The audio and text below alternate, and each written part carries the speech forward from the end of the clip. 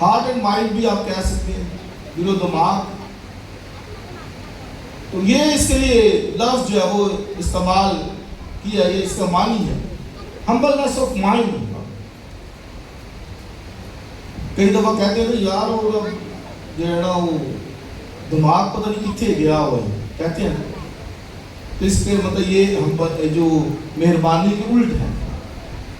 اگر کسی کا دماغ جو ہے وہ گیا ہے نا کہیں، تو یہ مہربانی کے الٹ ہے.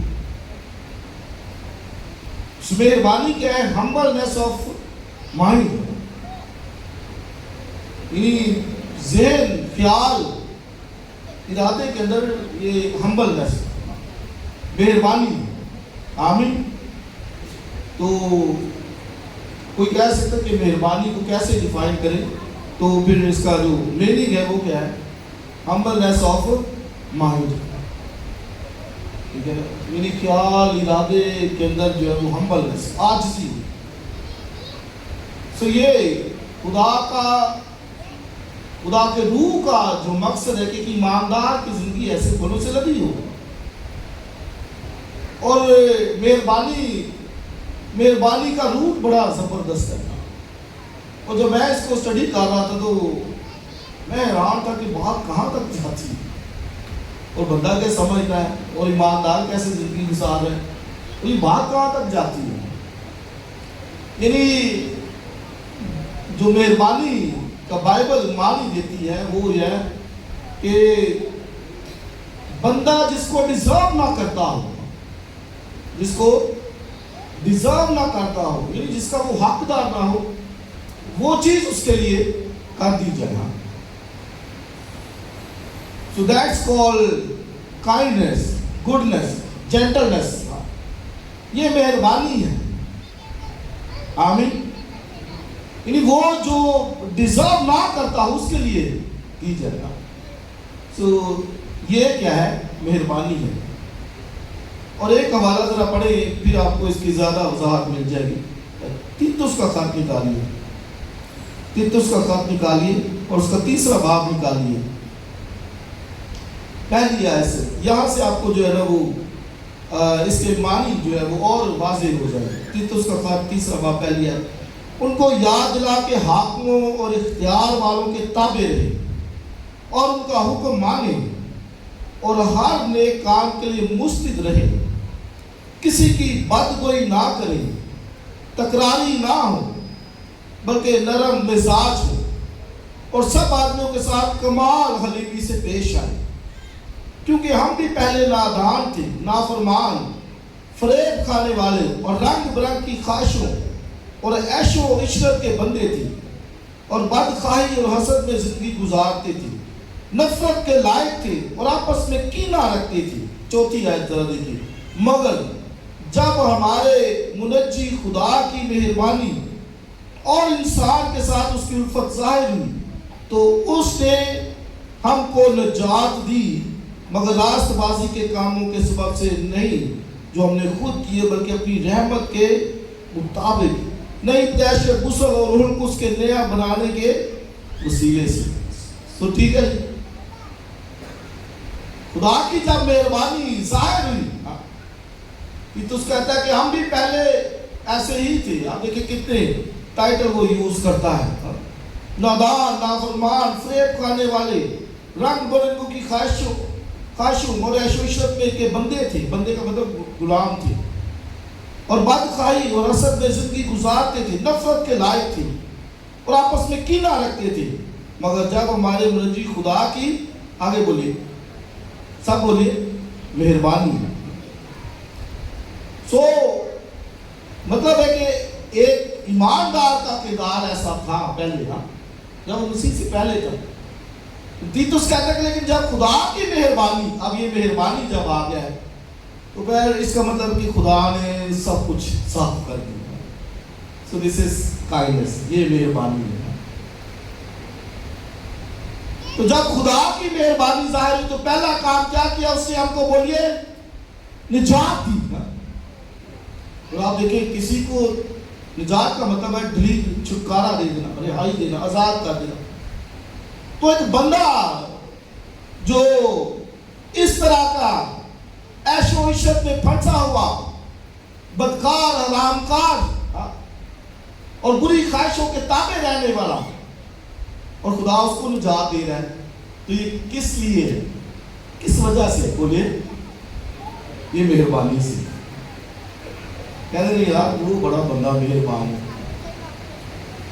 یہ مہربانی سے ہے کہ بندہ ڈیزرو نہیں کر رہا۔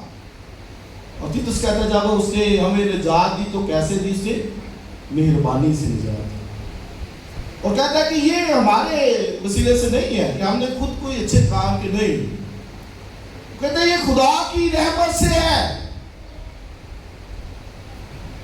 مرسی آف گاڈ، اور روح اس کے ہمیں نیا بنانے کے وسیلے سے ہے۔ سو آپ یہ دیکھیں کہ خدا ایسوں کو نجات دے رہا ہے۔ تصور کیجئے کہ ایک شخص جو اس قدر گناہ میں پھنسا ہوا، خدا اس کو کہہ رہا ہے کہ تیری نجات ہے، اور یہ کس وجہ سے ہے؟ خدا کی، بولیے صاحب، مہربانی سے۔ اور تیتس نے یہ نہایت خوبصورت لفظ استعمال کیا کہ جب اس نے ہمیں نجات دی تو خدا کی مہربانی ظاہر ہوئی۔ سو یاد رکھیں عزیز بھائی اور بہنوں، یہ ہم جو ہے وہ خدا کی مہربانی سے نجات مل رہی ہے، ہمارے کاموں سے نہیں ہے۔ وہ تو سب بائبل میں کہ ناپاک چیز میں سے پاک چیز کون نکال سکتا ہے انسان ناپاک، لیکن خدا کی مہربانی ظاہر ہوئی۔ یاد رکھیں کہ جو مہربان ہونا ہے، مہربانی یہ ہم خدا کی ذات ہی سے سیکھ سکتے ہیں، اور کہیں سے نہیں، انسانوں سے تو نہیں سیکھ سکتے، یہ خدا کی ذات ہی سے سیکھ سکتے ہیں۔ اور خدا نے بار بار کہا میں خدائے قادر، ہزاروں پر رحم کرنے والا، مہربان، یہ اس نے اپنے لیے لفظ استعمال کیا، یعنی میں مہربان ہوں۔ بار بار آپ گنتی کی استثناء کی کتاب پڑھیے، گنتی کی کتاب میں بھی جو ہے اس کا ذکر ملتا ہے۔ خدا رحیم و کریم، قہر کرنے میں دھیما اور شفقت اور وفا میں غنی، اور پھر آگے اس کے لیے وہ مہربان ہے۔ اور زبور کے اندر خوبصورت ورس لکھا ہے کہ خدا اپنی ساری کائنات، ساری مخلوقات پر مہربان ہے۔ آپ دیکھیں وہ مہربان ہے ساری کائنات پر، کوئی بشر ایسا نہیں۔ اور مسیح کے خوبصورت الفاظ، وہ اپنا می، بولیے، نیکوں اور بدوں دونوں پر چمکا ہے۔ یہ بھی آج کل برس رہا ہے، بارش صبح بھی ہوئی ہے، آپ سب کے لیے بہت شکریہ، خدا اللہ کو برکت دے، آپ سب پہنچے یہاں بارش کی کیچڑ۔ تو کیا اس نے کبھی تفریح کی کہ اس پہ برساؤں اور اس پہ نہ برساؤں؟ نہیں، چونکہ وہ مہربان ہے، جو ڈیزرو نہیں کرتا اس پر بھی وہ برساتا ہے۔ ہیلیلویا۔ تو یہ مہربانی ہے، اور یہ خدا کی ذات سے۔ زبور 145 گاتے ہیں، گائیے ذرا، کیا ہے؟ نہایت رحیم خدا، آگے بولیے، مہربان مہربان مہربان، او دھیما غصے بسرا،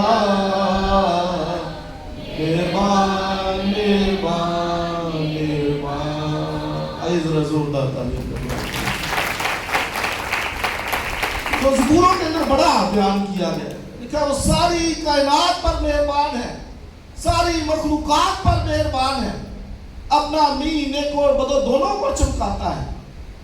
تو اب دیکھیں جب خدا کی ذات کا یہ خاصہ ہے، یہ خوبی ہے مہربانی، تو پھر خدا روح القدس کیا ہماری زندگی سے چاہتا ہے کہ ہماری زندگی میں بھی یہ ہو۔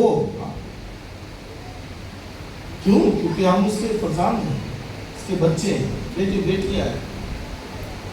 باپ کہتے ہیں، اس لیے مسیح نے کہا کہ جو مجھے اے خداوند ہے خداوند کہتے ہیں سب آسمان کی بادشاہی میں داخل، کہنا آسان ہے، کرنا مشکل ہے۔ کہتے تو ہیں مہربانی، تو آپ دیکھیں دور دور نظر نہیں آتی، کلیسیاؤں سے نہیں نظر آتی، بلیورز کی زندگی سے نظر نہیں آتی، کیونکہ بائبل ہمیں اس کی تعلیم دیتی ہے، یہ روح القدس کا پھل ہے۔ اور کئی دفعہ جو نا وہ سوچ میں خیال میں آتا یہی ہے کہ یار یہ بندہ مہربانی کے لائق نہیں ہے، لیکن یاد رکھیں کہ خدا کے روح نے یہ پھل لگایا ہے، بیج ڈالا ہے یہ، اور وہ چاہتا ہے کہ ہم مہربان ہوں، kindness, goodness, humbleness of mind یہ ہو ہماری زندگی میں، یہ پھلوں سے لدی ہو زندگی، تو بھائی کچھ فائدہ اس کا نہیں تھا۔ سو مہربان، خدا مہربان ہے تو آگے اس کے بچے کیا ہونے چاہیے بولیے؟ وہ بھی مہربان ہونے چاہیے۔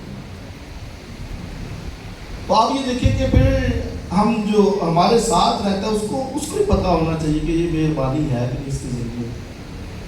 خاندان کے اندر بیٹھے ہیں نا، ساتھ والے کو پتا ہو کہ مہربان ہے کہ نہیں ہے،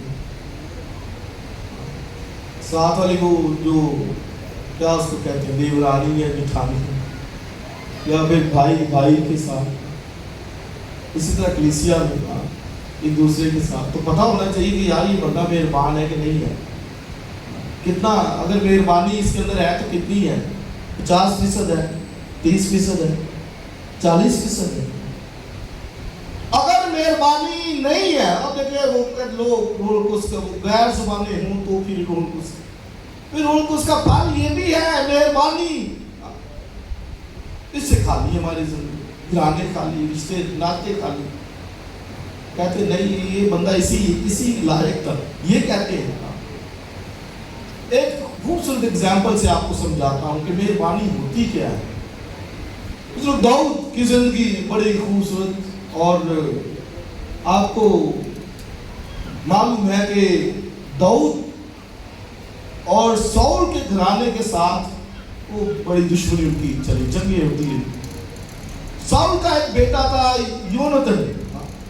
یونتن داؤد کا بڑا پیارا تھا، داؤد اور اس کی جو یونتن اور داؤد کی بڑی دوستی تھی، محبت ایک دوسرے سے کرتے تھے۔ اور اب جب سول کے سارا خاندان وہ مر گیا، یونتن بھی مارا گیا، سول بھی مارا گیا، تو یونتن کا ایک بیٹا تھا اور وہ دونوں پاؤں سے لنگڑا تھا۔ یونتن کا ایک بیٹا تھا، اس کا نام میفیبوست تھا، وہ دونوں پاؤں سے لنگڑا تھا۔ اب بائبل پڑھ لیجیے، داؤد کو لکھا ہے کہ اندھوں اور لنگڑوں سے نفرت تھی۔ داؤد کے لیے کہاوت استعمال کی جاتی تھی کہ یہاں وہ گھر میں نہیں ہے، کیوں؟ کیونکہ اندھے اور لنگڑے، جہاں اندھے اور لنگڑے ہیں داؤد وہاں نہیں ہے، کیونکہ اس کو داؤد کو ان سے نفرت تھی۔ یہ بائبل میں لکھا ہوا ہے، آپ پڑھنا چاہتے ہیں تو اس کو پڑھ لیجیے گا بعد میں۔ یعنی وہ کسی وجہ سے تھا، کیونکہ کئی دفعہ ہوتی بندے کی اپنی شخصیت کے اندر یہ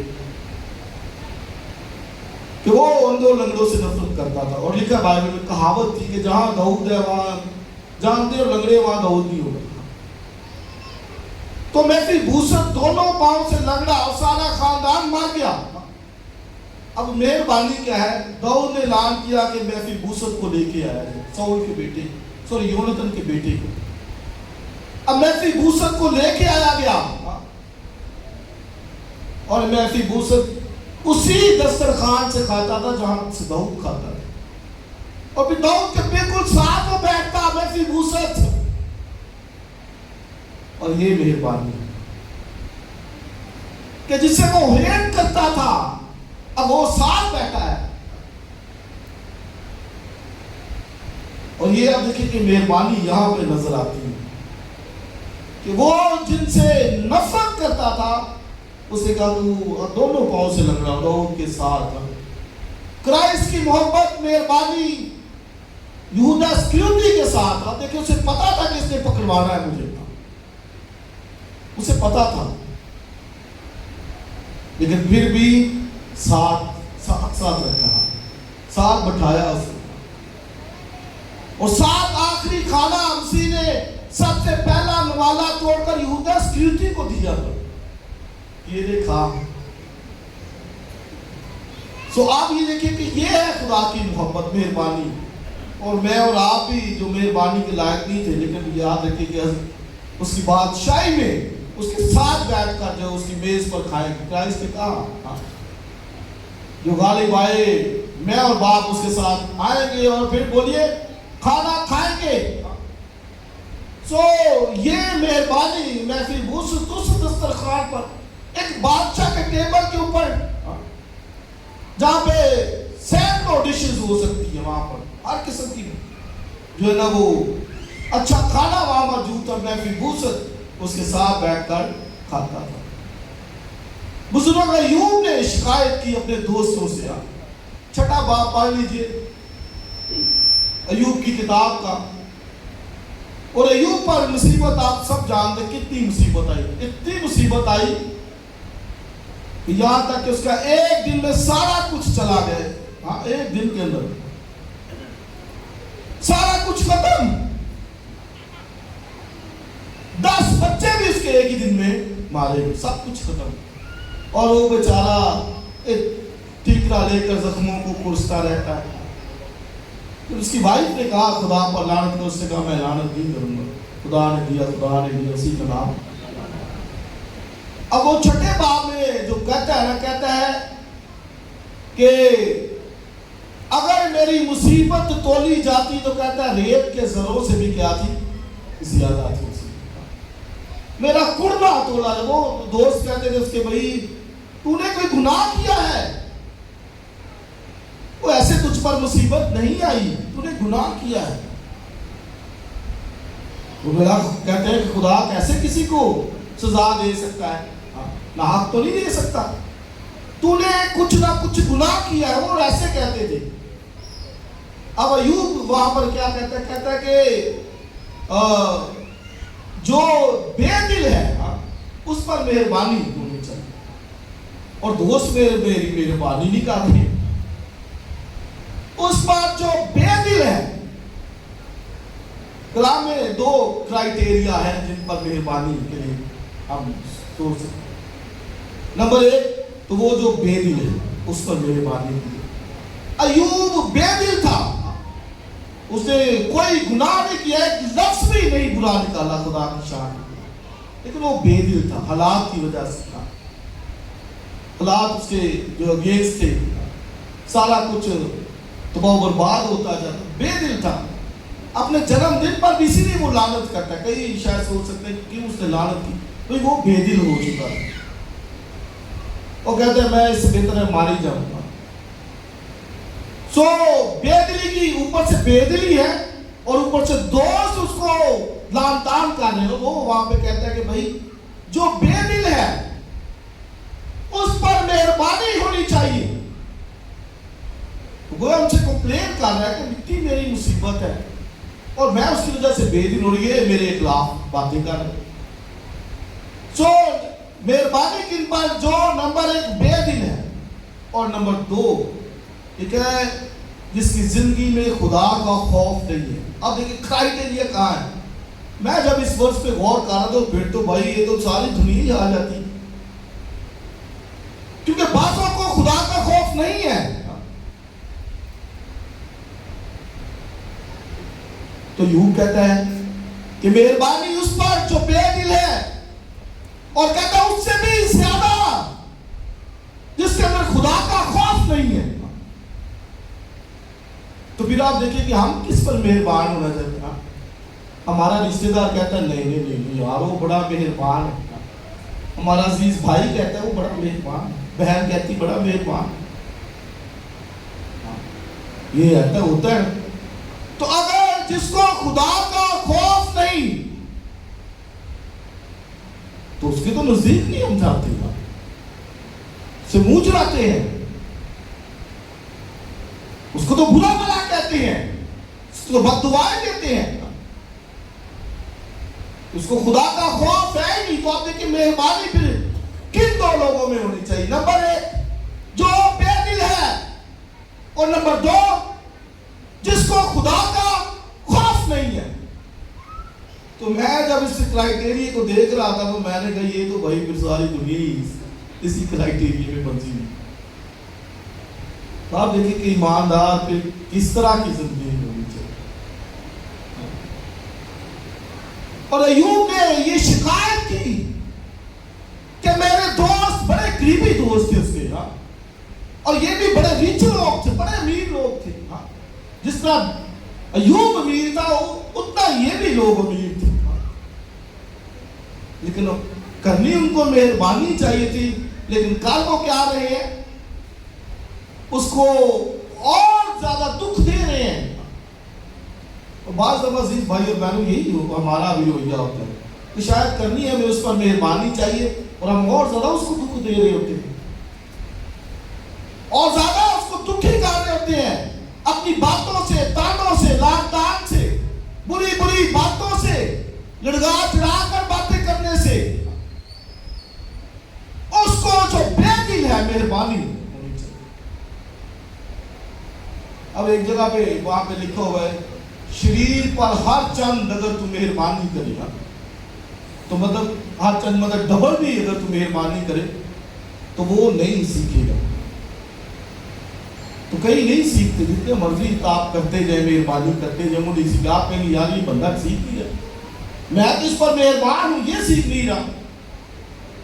تو لیسن کیا ہے کہ وہ نہیں سیکھے گا لیکن ہمیں کرنی ہے. ہاللیلویا. وہ کلام میں لکھا ہے کہ وہ نہیں سیکھے گا. آپ اس سے بے دل نہ ہو، مایوس نہ ہو کہ آپ نے کہ یار وہ تو بہن بھائی سیکھ نہیں رہا، میں اس پر مہربانی کر رہا ہوں، وہ نہیں سیکھ رہا. کلام کہتا ہے وہ نہیں سیکھے گا لیکن ہمیں کیا ہے کرنی. کیوں؟ کیونکہ اس لیے ہمارا باپ مہربان ہے اور ہمیں بھی مہربان ہونا ہے. ہاللیلویا.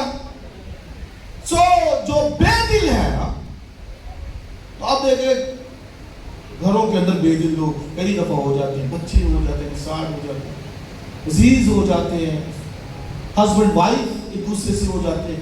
لیکن اب جو دوسرا فریق ہے اس کو کیا کرنی ہے؟ مہربانی کرنی. اس کو جو ہے وہ مائنڈ کی جو اس کو عاجزی ہے دکھانی پڑے گی اس کو. پھر خاندان بڑھتے ہیں، تعمیر ہوتی ہے، ترقی کرتی ہے. کلیسیا میں بھی ایسا ہی ہوتا ہے.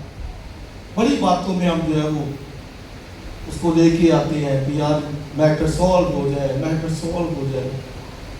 عاجزی دکھاتے ہیں، نرمی دکھاتے ہیں تاکہ جو ہے نا وہ خدا کا کام نہ بگڑے بلکہ ترقی کرتا جائے.